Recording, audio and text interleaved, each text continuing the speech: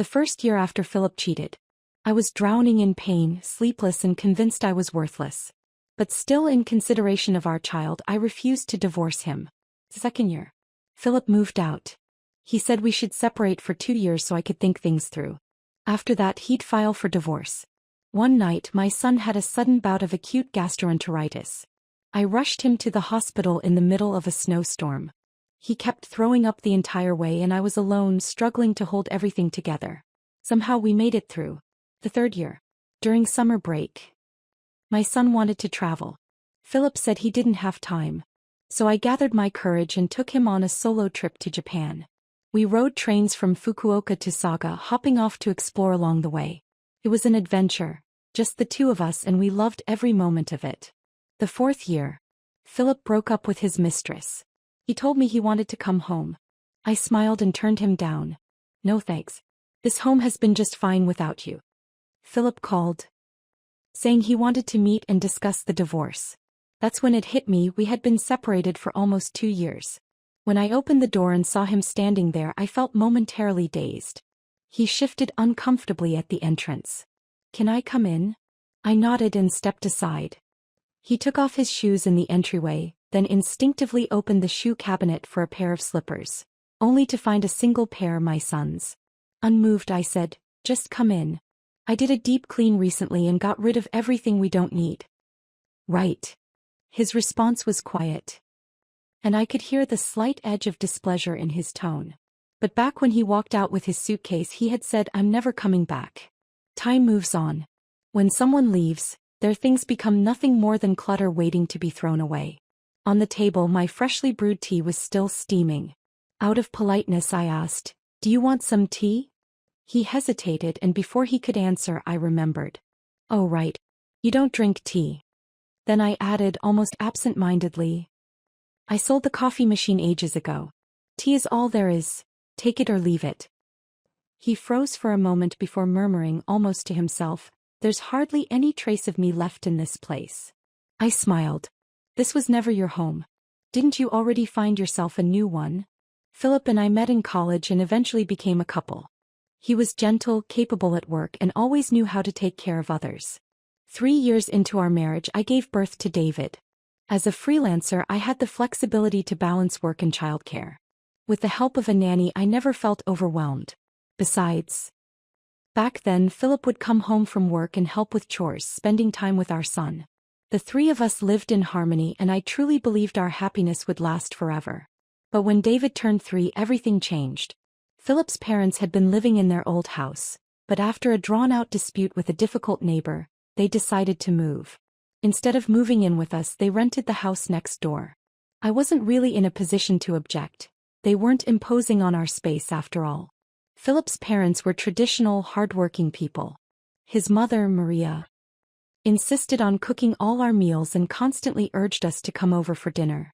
His father, on the other hand, adored David. One day he beamed at me and said, "Victoria, you're busy with work during the day. Why not leave David with us? We'll take care of him." Before I could respond, Philip jumped in eagerly, "That's a great idea. That way you won't be so exhausted." I swallowed back my refusal. I told myself it wasn't so bad. His parents were highly educated and genuinely kind. They just wanted to help. And since they lived next door I could always check in on David anytime. At first, this arrangement felt like a relief. I had more time to focus on my work, and even though I occasionally disagreed with them on parenting matters, our interactions were mostly peaceful. Every evening Philip and I would eat dinner at his parents' house before bringing David home for playtime. It became a routine one I quickly got used to. I thought this would be our life, steady, warm, and happy. I never saw it coming when Philip started to change. At some point he developed a sudden passion for fitness. He started going on late-night runs. "I need to stay in shape," he told me. "When David grows up I don't want to be some old man who's too weak to play with him." I laughed and let him be. Even on weekends he was often gone. "The company's been organizing team-building activities," he explained. "It's all about strengthening teamwork." Gradually he spent less and less time with me and David. Whenever he came home he would enthusiastically share stories from these outings. "You won't believe it. One of my teammates almost fell off a cliff trying to win first place. Good thing I caught him just in time. I never wanted to dampen his mood, so I simply listened. Team-building activities were part of work after all. Then one day I accidentally saw the photos on his phone. That teammate he was so proud of? It wasn't him, it was a woman. The same woman who was also his regular workout partner. I brought it up casually, testing the waters. He just laughed it off. Oh come on, she's married too. You're overthinking it. I felt ridiculous for even asking. After all these years I trusted his upbringing, his morals. He loved David, his parents lived right next door. Surely he wouldn't do anything stupid. But fate has a way of humbling the naive. When David turned 4 I learned the truth. He had cheated. With her. And it had been going on for a while. That day was, without a doubt, one of the worst days of my life. I had made a reckless investment in gold futures, only for the market to plummet due to global instability. In just 24 hours I lost nearly $200,000. To make things worse, a major client I had been negotiating a long-term contract with called me that same day. Sorry, they said. Almost apologetically. The final approval didn't go through. They insisted on signing with a big corporation instead. 2 devastating blows in a row and I completely fell apart. Philip was away on a business trip. The house was empty. I came up with an excuse to skip dinner at my in-laws and didn't bring David home either. By the time midnight approached, hunger gnawed at my stomach, burning like acid, but I had no appetite. I curled up under my desk, the room cloaked in darkness.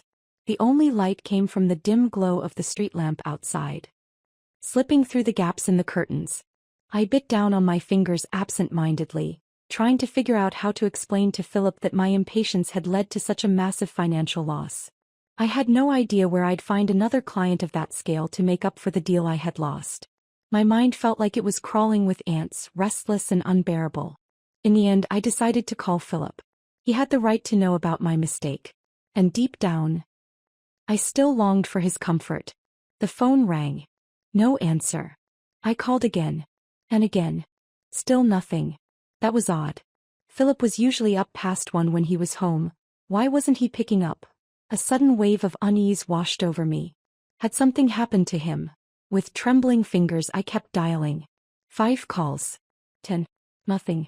At the 22nd attempt he finally answered. But something was off. He wasn't speaking to me. Divorce isn't that simple. It's not like she did anything wrong. My heart clenched so hard it felt like it might stop. That was Philip's voice.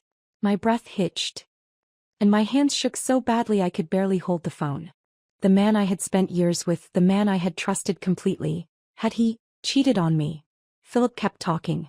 My parents wouldn't agree so easily either. The kid is still young. Then a woman's voice cut in, laced with frustration. So what am I supposed to do? I can't live like this anymore. I'm getting a divorce no matter what. Philip's voice softened as he tried to soothe her. Don't rush. Even if we divorce, it won't happen overnight. How about we plan our Miami trip first? Book a nice hotel, I'll cover the cost. Miami. Suddenly I remembered. Just a few days ago he had mentioned an upcoming business trip. 1 week in Miami. Turns out it wasn't for work. It was a vacation. With her. A sharp, suffocating pain gripped my chest. I clutched at my heart, gasping for breath, forcing myself to listen to the sickeningly intimate conversation between my husband and his mistress. Then I heard him say the words that shattered everything. I haven't loved her in a long time. It's just responsibility. I couldn't take it anymore. With a violent swing of my arm, I hurled my phone to the floor. The impact sent a few books tumbling from the nearby shelf. The call cut off. I curled in on myself and sobbed, my cries raw and broken. My mind was blank, completely numb. My unfocused gaze landed on one of the fallen books. A picture book. The cover showed the Little Mermaid dissolving into sea foam under the sunlight. Just like that, the life I had believed in, the happiness I had cherished, gone. Vanished into thin air, like a fragile bubble bursting in the wind. By the time Philip returned home the next night, it was already late. I was sitting on the couch. My eyes swollen from crying, watching him coldly. He must have seen the call history on his phone by now. A part of me still held on to the faintest hope that he'd be flustered, scrambling to explain, desperate to convince me it was all a misunderstanding. But all he did was stand at the doorway, calm and composed, and say, "I didn't mean for you to hear all that. I accidentally hit the answer button." And then, nothing. He fell into a long, heavy silence. I trembled, swallowing back the burning lump in my throat, my voice shaking as I asked, "Why? How could you do this to me? To David?" He kept his head down, staring at the floor. Not looking at me. Not saying a word. I snapped. Rushing toward him, I slapped him across the face. "Philip, you're not even human." Then I turned and stormed into the bedroom, dragging out a suitcase. "If this is how you want to handle things, then there's nothing left to say. I'm taking David and going back to my parents' house." For the first time that night he moved, stepping in front of me to block my way. "It's late. Don't make a scene. It's not that I don't want to talk. I just haven't figured out how." I looked up at him, my vision blurred with tears. But the truth was, we both knew I was bluffing. My parents' house was never an option. My mother had been sick for years. Her health was fragile, too weak to handle this kind of shock. The last time Philip and I had a big fight, I had called my mom in frustration and blurted out, "I can't take this anymore. I want a divorce." The next morning my father called, furious. "Do you even think before you speak? Your mother was up all night worrying. She ended up in the hospital this morning with heart trouble." From that moment on, I understood. I could never see my parents as my escape route. So, pulling out my suitcase was just a desperate attempt to force a reaction from him. But what reaction was I even hoping for? What was supposed to come next? I had no idea. My head was spinning with grief and rage, clinging to the impossible thought that maybe, just maybe, this was all a bad dream. That I'd wake up and none of this would be real. But it was real. That night we slept in separate rooms. Or at least he slept. I lay awake, tossing and turning, my mind a whirlwind of unanswered questions. Why? What did she have that I didn't? What made Philip forget this home, forget me? And why, even after being caught, didn't he even bother trying to lie to me, to reassure me, to soften the blow? A terrifying realization settled over me. Catching him cheating didn't automatically put me in the right. Didn't magically give me the power to reset our lives. Because his heart was already gone. And nothing I did could bring it back. The next day we sat across from each other on the couch, the silence between us heavy and suffocating. Philip ran a hand over his face, looking exhausted. Finally, he spoke. "I don't even know how things got to this point," he admitted. "Maybe it started after David was born. You focused all your attention on him. Or maybe it was when my parents moved next door. Knowing they could help with the house and the kid, I just started spending more time outside." His voice was slow, almost detached, as if he was trying to rationalize something irrational. "I never planned for anything to happen with her. Guess did. She moved here from out of town, married into a family with 2 kids. Their house is small. So she has to live with her in-laws. She's miserable. She'd vent to me about her home life, and at first I was just trying to be supportive, you know? A good boss checking in on my employee." And then, his words trailed off. He didn't need to finish the sentence. I didn't want to hear it anyway. I cut in, my voice sharp and cold. "So what now? You want a divorce so you can marry your perfectly compatible subordinate?" I was yelling. But inside I was shaking. Because I was afraid of what he'd say next. Afraid he'd simply answer, "Yes, I want a divorce." At that moment, it wasn't even about the love that had already soured beyond recognition. It was the sheer terror of not knowing what came next. Yes, I was a freelancer. My time was flexible and I made my own money.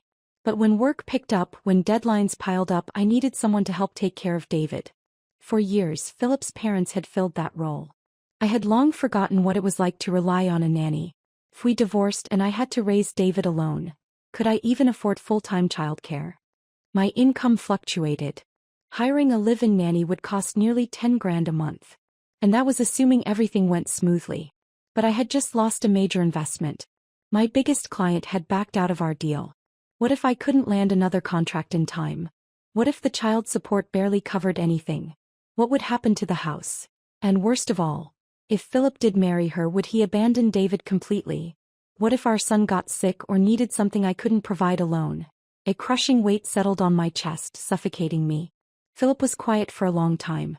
"I don't know," he finally said. "Before you found out, I never really thought about divorce." "And now?" I pressed. Silence. A pounding ache spread through my skull. I hadn't slept all night and the lack of rest was triggering one of my migraines. Philip noticed. He got up, walked to the kitchen and returned with a glass of water and some painkillers. "Take these," he said. "Get some rest. I'll go check on David." And just like that he sidestepped the question. Then he was gone. I closed my eyes. And all I felt was emptiness. I had no idea where to go from here. In the days that followed, we both silently avoided the topic. There was a fire burning inside me, a desperate need to let it all out, yet I held back, afraid that once I did the outcome would be something I wasn't ready to face. Philip carried on as usual, going to work, coming home as if nothing had happened. But he no longer went for his night runs or gym sessions. The so-called weekend team-building activities were never mentioned again. I kept myself busy with freelance work, taking on projects as usual. Whenever I had the time I picked up David and brought him home myself. Every evening, we still had dinner at his parents' house. Conversations revolved around David and I played along, exchanging a few words with Maria and Philip's father. But once we returned home the silence between us was unbearable. We sat on opposite ends of the couch with David between us, a physical reminder of the chasm that had formed. At night I often woke up alone, disoriented, hoping that everything had just been a terrible nightmare. But the cold, empty space beside me reminded me that this was real. And all I could do was cry myself to sleep night after night. Until morning came. There is no greater agony than standing at a crossroads, unable to choose a path. From the outside it looked like I had options, like there were many roads ahead. But every one of them was shrouded in fog, lined with thorns, leading nowhere I wanted to go. Philip's parents must have sensed something was wrong. On weekends they started taking David out more often, leaving the two of us alone in the house. Philip, in turn, had resumed his old habits. He helped around the house again, washing dishes, folding laundry, quietly slipping back into the routines of a husband who cared. Sometimes I brewed a pot of tea and put on a movie. He would sit on the opposite end of the couch, eyes locked on the screen, though I couldn't tell if he was actually watching or just lost in thought. Only when his phone lit up on the sofa did his gaze flicker toward it. But he never picked it up. I knew what he was struggling with. He was torn between this home and the woman outside. And I was trapped in my own quiet heartbreak. Heartbroken over my own weakness, my own helplessness. Heartbroken that, despite everything, I still couldn't find the strength to leave. That some foolish part of me was still waiting, hoping, praying that he would come back, that we could return to the life we had before. But in the end he didn't even give me that chance. Philip brought up divorce late one night out of nowhere. He sat across from me looking drained, his expression twisted with pain and guilt. "I can't lie to you anymore," he said, his voice hoarse. "I never really ended things with her. I've thought about this over and over and I don't feel the same way anymore. I care about you as family, as a friend, but there's nothing left between us as a couple. Please let me go. Let's get a divorce." His words cut through me like a knife. So many years of marriage and all it came down to was let me go. A bitter numbness spread through my chest. "She's divorced now, isn't she?" I swallowed back my tears and sneered.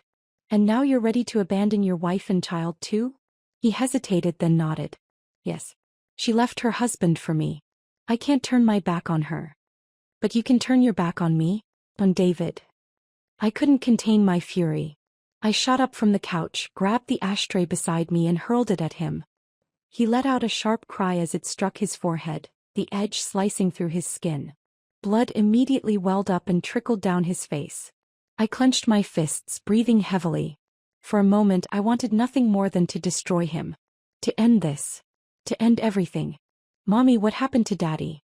Why is he bleeding?"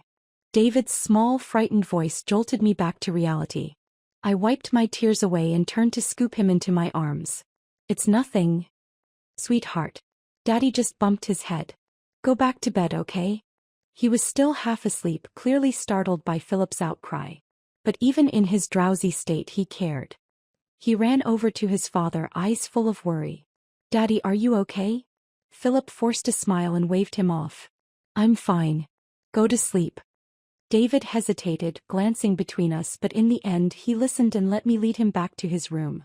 By the time I returned, Philip was still sitting there, pressing a hand against his wound, though the blood hadn't stopped. I took a deep breath and asked, David loves you so much. Are you really okay with taking his home away from him? Philip sighed, exasperated. This is between us. As long as you don't fill his head with nonsense, I'll always be his father. I'll still love him the same way. I let out a sharp, humorless laugh. That's bullshit. Get out. I don't ever want to see you again. He flinched but didn't move. Instead, he stubbornly pressed on. When do you want to finalize the divorce? My anger boiled over. I met his gaze ice cold. You want a divorce? Fine. Bring her with you to apologize to me first. And you leave with nothing. His face twisted with anger. Victoria, don't push it. You're being completely unreasonable. Then he stood, grabbed his coat and strode toward the door. Don't think refusing to sign will give you any power over me, he snapped. I'm done with this place. I won't be coming back. The door slammed behind him. And just like that, this house was no longer ours. It was just me and David now. The night wind howled through the open window. The tears on my face dried quickly, and before I knew it, I had no more left to cry. My mind held on to only one thought. How do I make sure David and I live better than ever without him?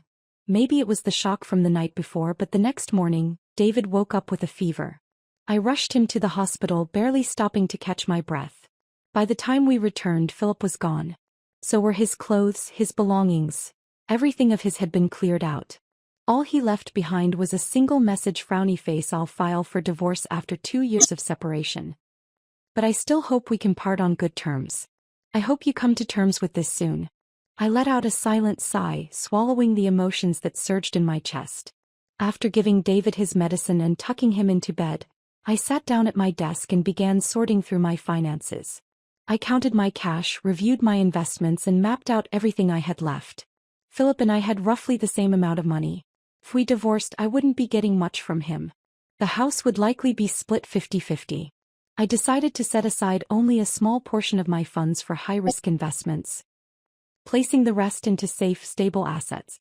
This was my safety net, David's future. I couldn't afford to gamble with it. As for whether Philip would voluntarily pay child support or contribute to household expenses, I had no illusions. A man willing to abandon his wife and child wouldn't be relied upon for financial support. His final, decisive departure left a gaping wound in my heart. The cold wind that rushed and stung like ice, but it forced me awake. I straightened my back and forced myself to confront a future without him. Victoria, I told myself, you've spent 30 years hesitating, overthinking and playing it safe. It's time to change that. With renewed determination, I pulled up my list of old clients and started making calls one by one. Maybe luck was finally on my side. Several former clients whom I hadn't spoken to in years were suddenly interested in working together again. A long-lost spark of excitement ignited inside me. And for the first time in a long while, I felt confident again. These past few years after having David, I had lost my drive. I had let myself slow down. It was clear now. Complacency was a luxury I could no longer afford.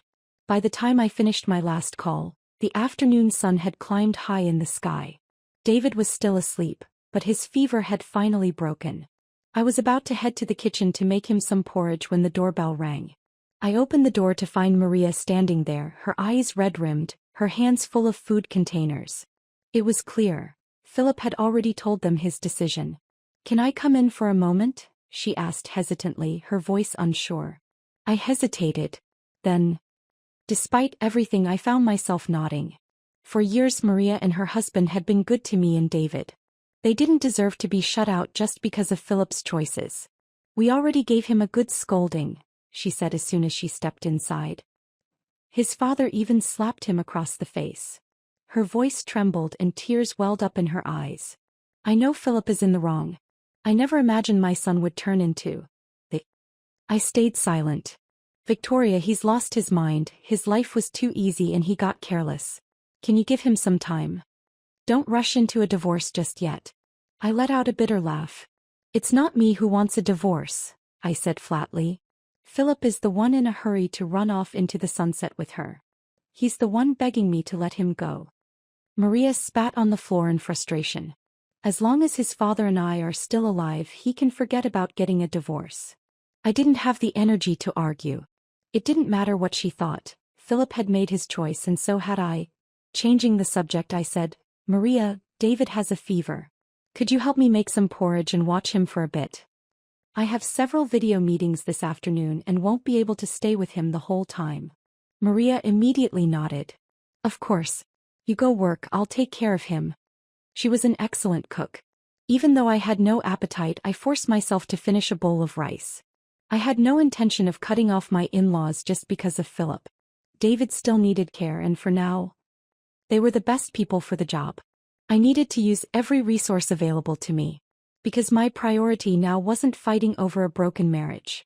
It was making myself strong enough to weather any storm. I remember taking a personality test once. The instructor had laughed at my results. Your feeling score is a 2. Your thinking score? A solid 18. You're a pure rationalist. Back then I had been so in love with Philip that I had forgotten that about myself. I had built a life on just those 2 points of emotion. Foolishly believing love alone would be enough to make everything work. But now, after everything that had happened, I finally saw the truth. Love, anger, hatred, none of it held any weight in the face of reality. And feelings. They were fleeting, unpredictable, and utterly unreliable. Life didn't stop just because Philip was gone. David still spent a lot of time at Maria's place, eating meals and playing like nothing had changed. As for me, I was busier than ever. Every day was packed with work, constant client meetings, and back-to-back negotiations. But whenever I had time, I made sure to be with David, helping him with schoolwork, taking him out, making up for every second I had once taken for granted. Philip and I still exchanged occasional messages on WhatsApp. I had no problem listing out every single household expense and sending it to him. He wasn't dead. He wasn't even divorced yet. That meant he was still financially responsible for half of everything. Surprisingly, he accepted this arrangement without complaint. The money always arrived on time. Every couple of months, he would drop by Maria's house to visit David. But he never came to mine. And I never went to Maria's for dinner anymore, which meant Philip and I never saw each other. Maria, ever the peacemaker, tried to reassure me whenever she dropped David off. He still cares about this family, she would say, like she genuinely believed it. I let the words pass in one ear and out the other. Philip wasn't holding on to this family, he was holding on to the illusion of being a good father. It had nothing to do with me. Still, no matter how much I told myself I was fine. The nights were the hardest. Lying awake in the dark, I would stare at the ceiling, wondering how my once warm and complete home had crumbled into this. Had I really been that unbearable? Was I really that unlovable? Each time my thoughts spiraled, a wave of suffocating sadness washed over me. Music became my only escape. A distraction. A barrier against the loneliness creeping in. But no matter how deep the ache, I refused to cry.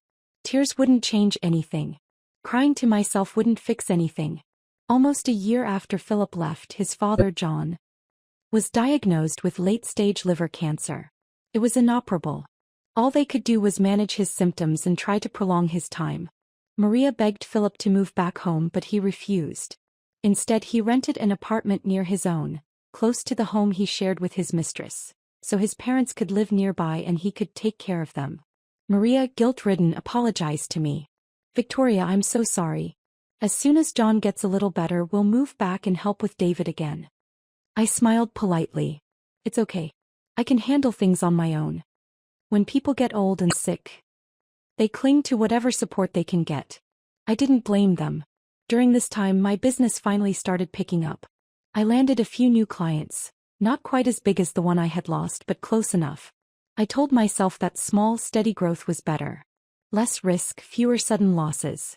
I even hired a part-time assistant to handle routine tasks so I could free up more time for David. If his father wasn't going to be there for him, then I would make sure he never felt the absence. David was almost ready for elementary school now. He had sensed the shift in our home, in his life. Without a father around, he had matured faster than I ever wanted him to. Since then, my only interaction with Philip's family was the monthly child support deposit. I assumed they were busy with John's illness because no one came to see David anymore. I didn't ask. I enjoyed the peace. Then 6 months later, John lost his battle with cancer. The hospital called the family in, saying it was time to say their final goodbyes.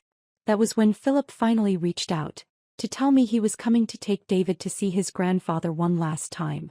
I stood at the door and watched as David climbed into Philip's car. When he returned, I sent the housekeeper downstairs to pick him up. I never went to the car. Never saw Philip. Because I still remembered his words clearly, "I'm never coming back to this house." And if that was the case, then there was no reason for me to see him either. Nearly 2 years had passed, and now, sitting across from Philip again, I felt nothing but calm indifference. He, on the other hand, seemed restless, avoiding my gaze, filling the silence with meaningless small talk. I frowned. "Did you bring the divorce papers?" He ignored the question. His eyes landed on the car keys on the coffee table, his expression shifting to surprise. "You bought a car?" "Yes." My tone was flat. His lips curled into a half-smile as if trying to make conversation.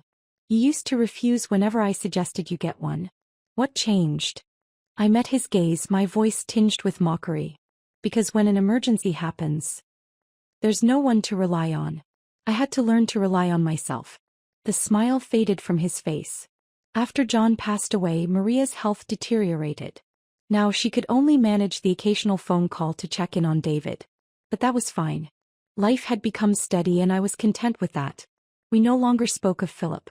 But that winter David fell sick, and for the first time I truly understood what it meant to be alone. It happened in the middle of the night. David woke up crying, his face flushed. "Mommy, I don't feel good," before he could finish his sentence. He vomited all over the bed. One look at his fevered face and I knew I needed to get him to the hospital. I grabbed my phone and called for a ride. No drivers. Then I noticed, outside it had started snowing. Panic surged in my chest. Our neighborhood was already hard to get a car from on normal days. Now with the heavy snow it was impossible. I increased the tip. Still no response. Meanwhile David kept throwing up, clutching his stomach, crying in pain. Out of desperation, I thought of Philip. Maria had mentioned that he lived only 10 minutes away. I hesitated for half a second before dialing his number. It rang a few times before his groggy voice came through. "Hello? Philip, I need you to come here." "No. David's really sick. I can't get a ride." My voice was pleading, desperate. He paused. Then, sluggishly, he replied, "I just got back from a business trip. My head is killing me. I have a meeting early in the morning. Kids get sick all the time, it's not a big deal. Just keep trying for a ride." In the background I heard another voice. A woman. Annoyed. She muttered, "Why is she calling you in the middle of the night? It's her kid, she should figure it out herself." At that moment something inside me broke. How had I ever loved this man? Without another word I hung up the phone, grabbed David in my arms and ran. The snow outside had already piled high. It was freezing. Yet my whole body was drenched in sweat. I ran all the way to the main road, my breath coming out in sharp gasps. At last I spotted a fast food restaurant still open. I stumbled inside, begging for help. One of the employees, a young man with a car, immediately offered to drive us to the hospital. David kept vomiting during the entire ride, barely able to sit upright. He could only lean against me, his little body limp with fever. When we arrived, the young man helped carry him into the emergency room. As he set David down, he asked casually, "Where's his dad?" I barely moved my lips as I replied, "Gone." Then came the test results. The doctor hesitated before speaking. "His white blood cell count is extremely high. We need to monitor it overnight. If it doesn't go down, we might need to consider the possibility of leukemia." I went numb. I hadn't dressed properly before rushing out, and now my sweat-dampened clothes clung to my skin, making me shiver uncontrollably. But I didn't have time to feel cold. In a daze, I carried David to the 4 station, paid for his medication and held him close while he slept, his small hand resting in mine. The hospital at night was still bustling. Mothers and fathers surrounded me, working together, taking turns comforting their sick children. Some had grandparents there too, offering extra support. I had no one. The emptiness hollowed out my chest, leaving nothing but a dull, aching void.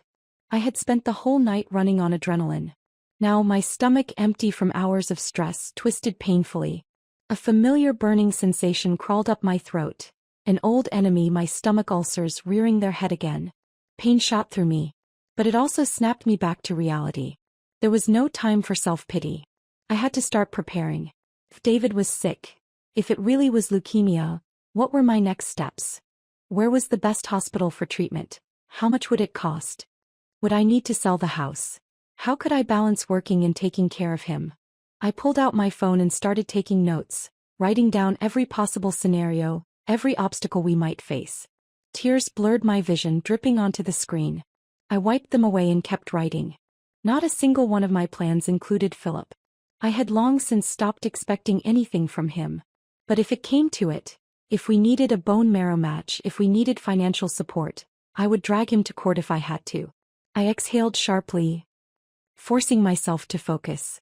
No matter what was ahead of me, no matter how steep the climb, I would get David through it. I would carry him down any road, no matter how treacherous.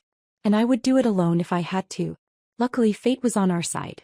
By the next morning, David's fever had broken, and his white blood cell count had returned to normal. After a thorough checkup, the doctor confirmed it had all been a false alarm. It was just the flu. Because he was still young, his symptoms had been more severe than usual, but there was no underlying condition. And so, the very first thing I did after that terrifying night was buy a car. I figured I'd be needing it often, I said flatly to Philip. Better to rely on myself than to waste time begging for help. I told him without emotion about that night, about the sheer panic, the helplessness, the desperate search for a way to get my son to the hospital. A night he had been completely absent from. Philip lowered his head, guilt flickering across his face, but still he tried to defend himself. I really wasn't feeling well that night. I didn't know David was that sick. If I had known. He stopped mid-sentence as if realizing that whatever excuse he came up with, it wouldn't change anything. Because at the end of the day he had no real promises to give. I smirked, unimpressed, and steered the conversation back to what actually mattered. I'm keeping this house, I said. David's school is nearby and I'm used to living here. If you agree, I'll buy out your half. Philip didn't respond. Instead, he hesitated for a moment before saying, I didn't come here just to talk about the divorce. I remembered something. The last time I spoke to David on his birthday, he told me he wanted to go to Japan to see the owls. I have some free time now. Why don't we take him?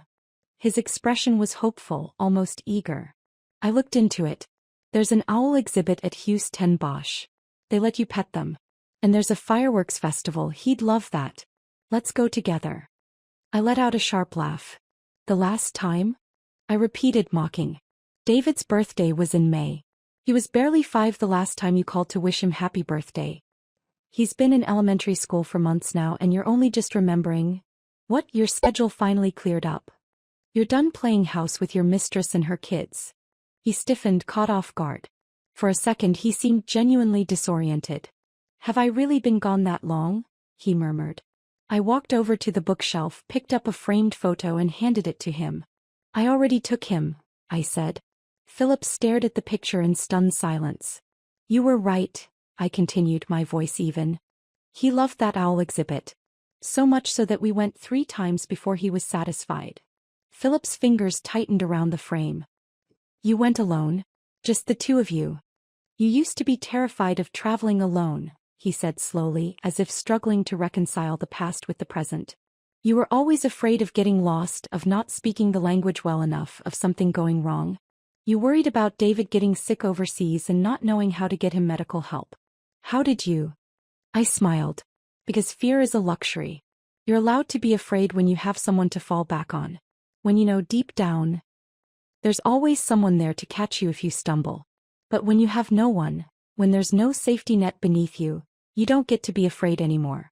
You just figure it out. And that's when you realize, most things aren't as impossible as they once seemed. On David's birthday, one of his classmates from preschool brought him a stuffed owl as a gift. The boy was full of excitement, eagerly recounting his experience of petting real owls in Japan. David was fascinated. He remembered how, in the past, Philip had always been the one to plan our trips, so without hesitation, he picked up the landline and called him. I hadn't known about it at the time. Later he came to me disheartened and asked, Mommy, why doesn't Daddy want to come with us? I told him way ahead of time, but he still said he didn't have time. I didn't want to burden him with the complexities of adult relationships. didn't want to tell him that his father's heart had drifted so far away that David was no longer his priority. One day he would understand. For now, I just comforted him, murmured reassurances, while silently cursing Philip in my mind. Then, I started thinking, could I take David to Japan on my own? Since Philip had left, I had done so many things I once thought I couldn't. What was a trip to another country compared to that? So, I planned everything meticulously, down to the last detail. And then just the two of us, David and I, set off on a 2-week journey through Japan. We traveled by train from Fukuoka, stopping along the way until we reached Saga. At one point, David caught a mild flu. But I had come prepared. I had packed antiviral medicine. After a dose and a good night's rest, he was back to his usual energetic self the next morning. We explored the town with a paper map in hand, using a translation app to stumble through basic Japanese as we rode buses to visit the Saga Aquarium. We sat down at a roadside stall and devoured an entire platter of grilled oysters, licking our fingers clean. There was a moment of sheer chaos. Me sprinting through the station with a suitcase in tow, dragging David along just to catch the train to Houston Bosch. Later, as we floated along the canal on a boat, watching the windmills in the distance, sunlight warming our faces, I turned to David and, mimicking Don Quixote from his storybook, declared, I challenge them all to battle. I shall slay every last one. David giggled, his laughter bright and unburdened. Throughout the entire trip he never once mentioned Philip. He was simply happy, soaking in every moment, cared for by a mother who loved him more than anything in the world. And in that instant as I looked at him I felt it too. A sense of invincibility. Like a medieval knight, unshaken, unstoppable. The bitterness, the resentment of being abandoned, none of it mattered anymore. I had moved on. Because a woman with courage and capability doesn't need anyone to complete her. She can live fully, brilliantly, all on her own. Just say it. If you're not here to talk about the divorce, then what do you want? I asked impatiently, watching Philip fidget in his seat. David would be out of school soon, and I needed to prepare his snack before heading to pick him up. Philip suddenly leaned forward, reaching for my hand. Victoria, let's not get divorced. Let's start over. I immediately recoiled, putting as much distance between us as possible. Was he out of his mind? I broke up with her, he blurted out. This time for good. Completely. He rushed to explain as if I cared. The excitement wore off and I realized she wasn't anything like what she claimed to be.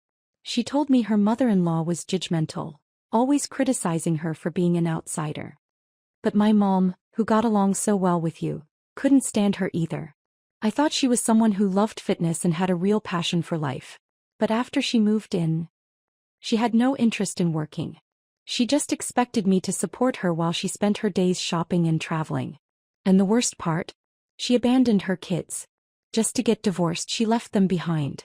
For the past 2 years she barely went back to see them. Even when I suggested visiting, she got annoyed and said they were no longer her responsibility. I smirked. Funny coming from him. Wasn't it the same? He had barely been around for David. Philip looked embarrassed but pressed on.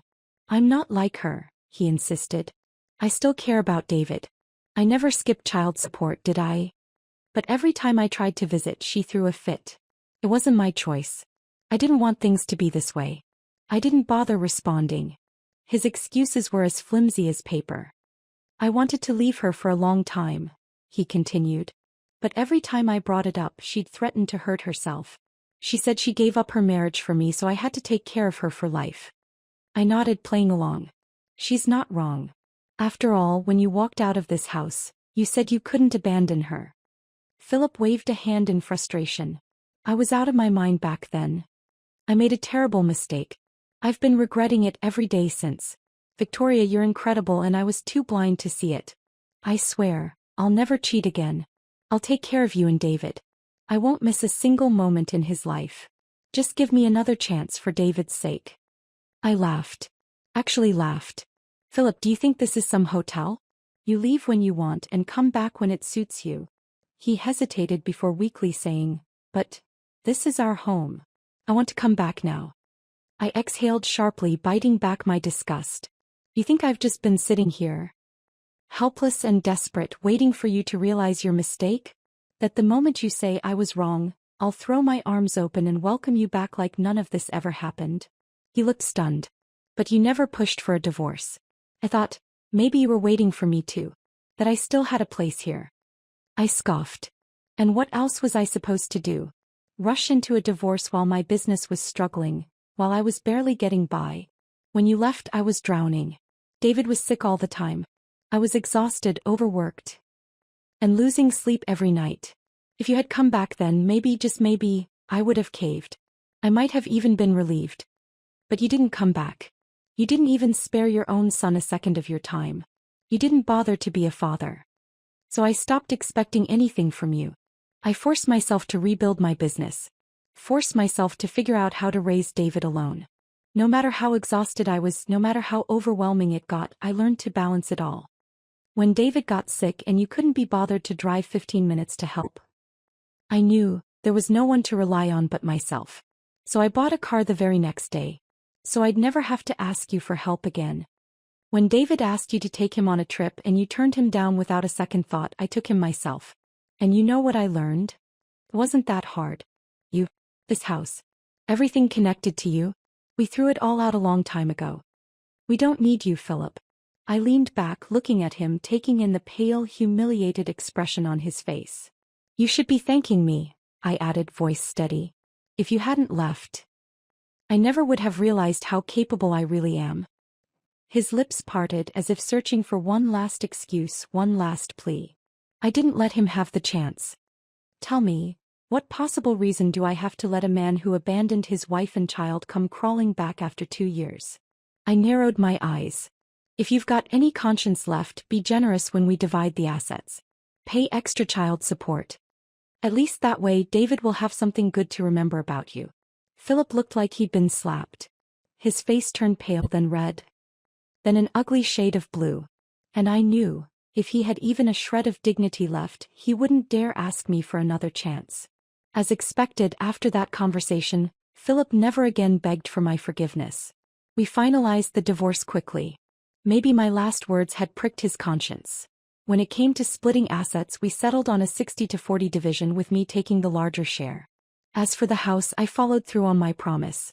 Using my savings, I bought out his share, securing full ownership. David's custody was granted to me, while Philip agreed to pay $2,000 in child support each month. I placed no restrictions on when he could see David. If he truly cared about his son as much as he claimed, then he could prove it with actions instead of empty words. Philip, perhaps realizing just how much of a bastard he had been, started making an effort. Whenever he had time, he reached out to David, offering to take him out. I watched from a distance, never interfering. I didn't care whether he was doing it out of guilt, fear of growing old without family, or just a fleeting attempt to make up for his past neglect. As long as someone was willing to spend time and money on my son, I had no complaints. Later, Philip and Maria moved back into our neighborhood. Now David had yet another place where he could be looked after. And I had more freedom than ever. More time to network, meet clients, and expand my business. Things only kept getting better for me. But Philip and we had only one reason to interact: David. Beyond that, I refused to exchange a single unnecessary word with him. Because no matter how much time passed, no matter how clean something looked, I would never make the mistake of stepping into the same filthy water twice. Beneath the surface, I knew there would always be rot.